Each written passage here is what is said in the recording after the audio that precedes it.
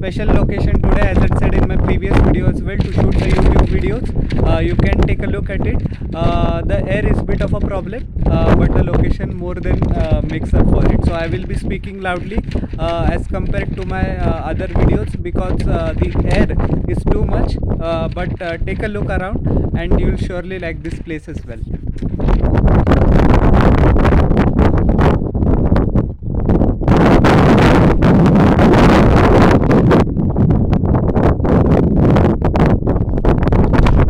So here I am, guys. We will analyze the first test at the Hagley Oval between Sri Lanka and New Zealand. Now this test series is also important from the point of view of Team India as well. As we know that in the World Test Championship calculation, if Sri Lanka defeat New Zealand 2-0, they will automatically qualify for the WTC final at the Oval against Australia, irrespective of the result of T20. So that's why I am covering this. So now toss was actually won by New Zealand, and they decided to bowl first, which they always do on home conditions. Sri Lanka managed a respectable 355 all out for 10 wickets. They batted for 92.4 overs, and their run rate was tremendous as well. Oshada Fernando departed early for 13 of 31 deliveries.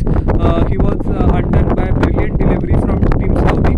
He actually had to play it, and rest of the work was did by Tom Blundell behind the wickets. Dimuk Karunaratne played a captain's innings, 50 of 87 deliveries, which included 7 boundaries.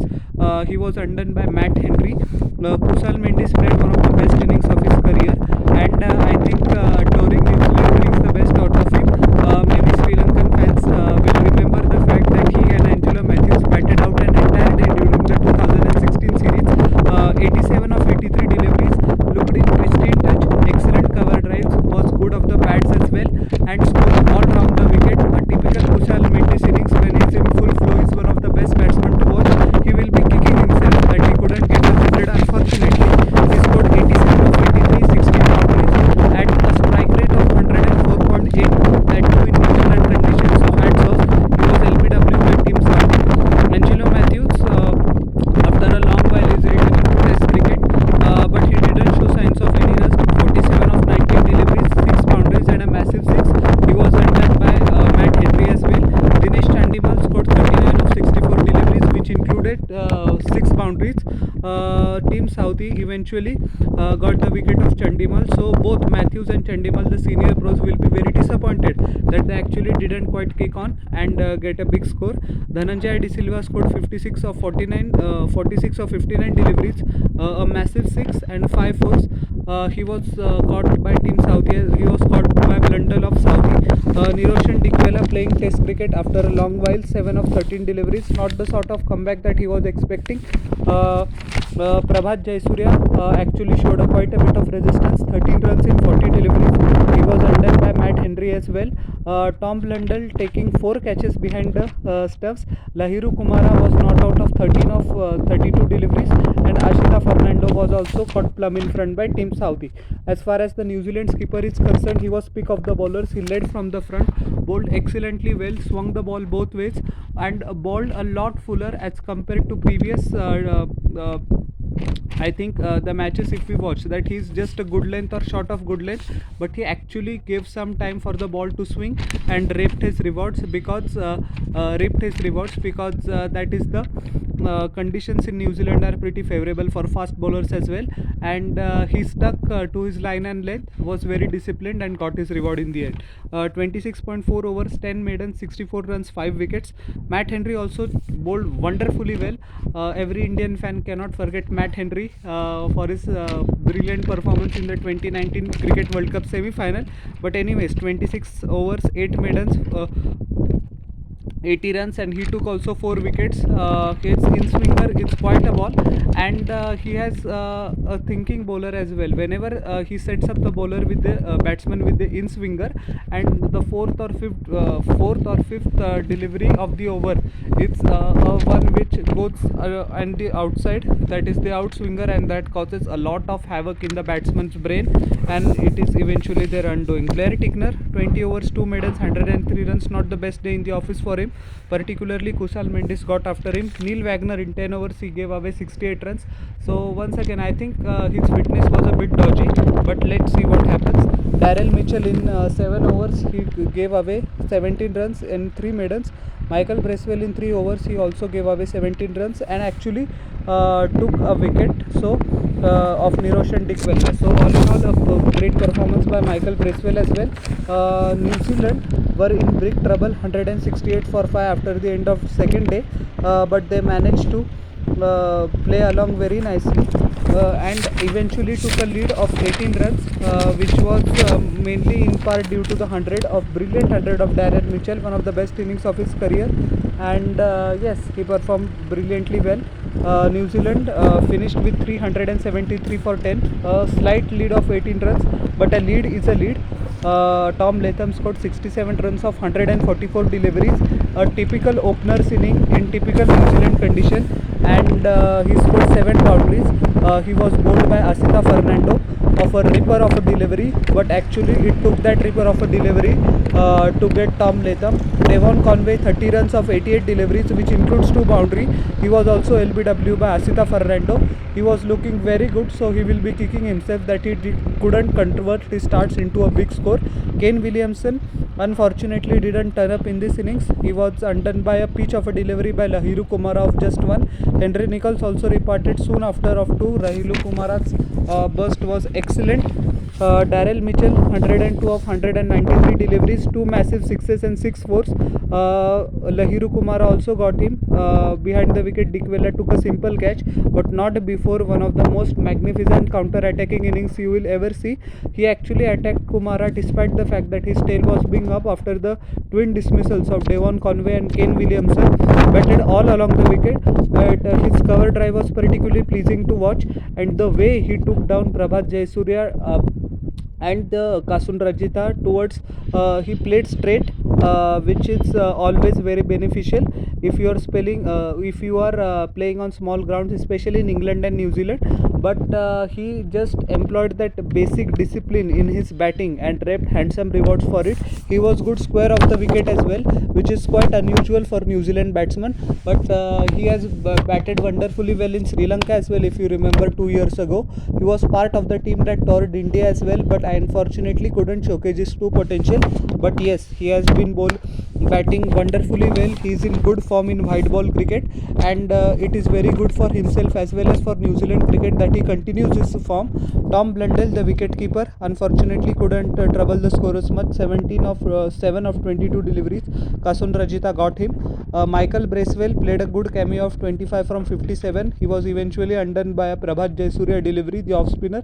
Tim Southee, as usual, counter-attacking punch while batting. 25 of 20 deliveries, 3 boundaries and a 6. He was undone by Kasun Rajitha as well. Matt Henry played, I think, the innings of the day. Even some people would say that he overshadowed the brilliance of Daryl Mitchell. 72 of 75 deliveries at a strike rate of almost 100, 3 sixes and 10 fours. He played behind the wicket some shots as well, but he timed the ball brilliantly well, and Sri Lankan bowlers and fielders had absolutely no idea about how to tackle his brilliance. I think he could, if he had just played a bit of a patience, he could have got his first test 100. But hey, that is what it is, and that counter-attacking stroke play enabled him to get to 72 in the first place. Asita Fernando once again being the catalyst for Henry's wicket. Neil Wagner scored 27 of 24 deliveries, 3 massive sixes. He just uses the long handle, 2 over mid wicket and 1 of the short ball. Asita Fernando once again got his wickets, and Blair Tickner was not out on 2. Sri Lankan bowlers gave away 13 extras, 373 for 10. New Zealand all out in 107.3 overs.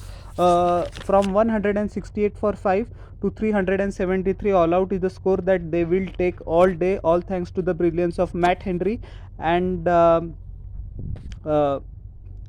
I beg your pardon, Daryl Mitchell, and that has been the undoing for Sri Lankan bowlers for quite a few while now. They are unable to finish off the tail, which wags, and eventually they are in a disadvantageous position in the test match.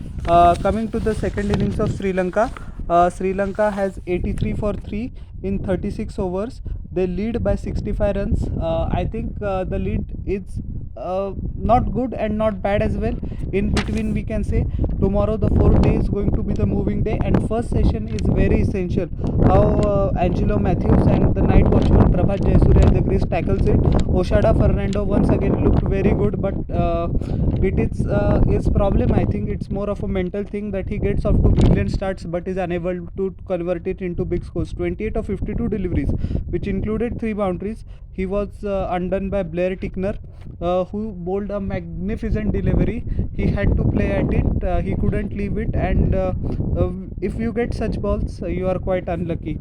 Dimuth Karunaratne scored 17 of 45 deliveries.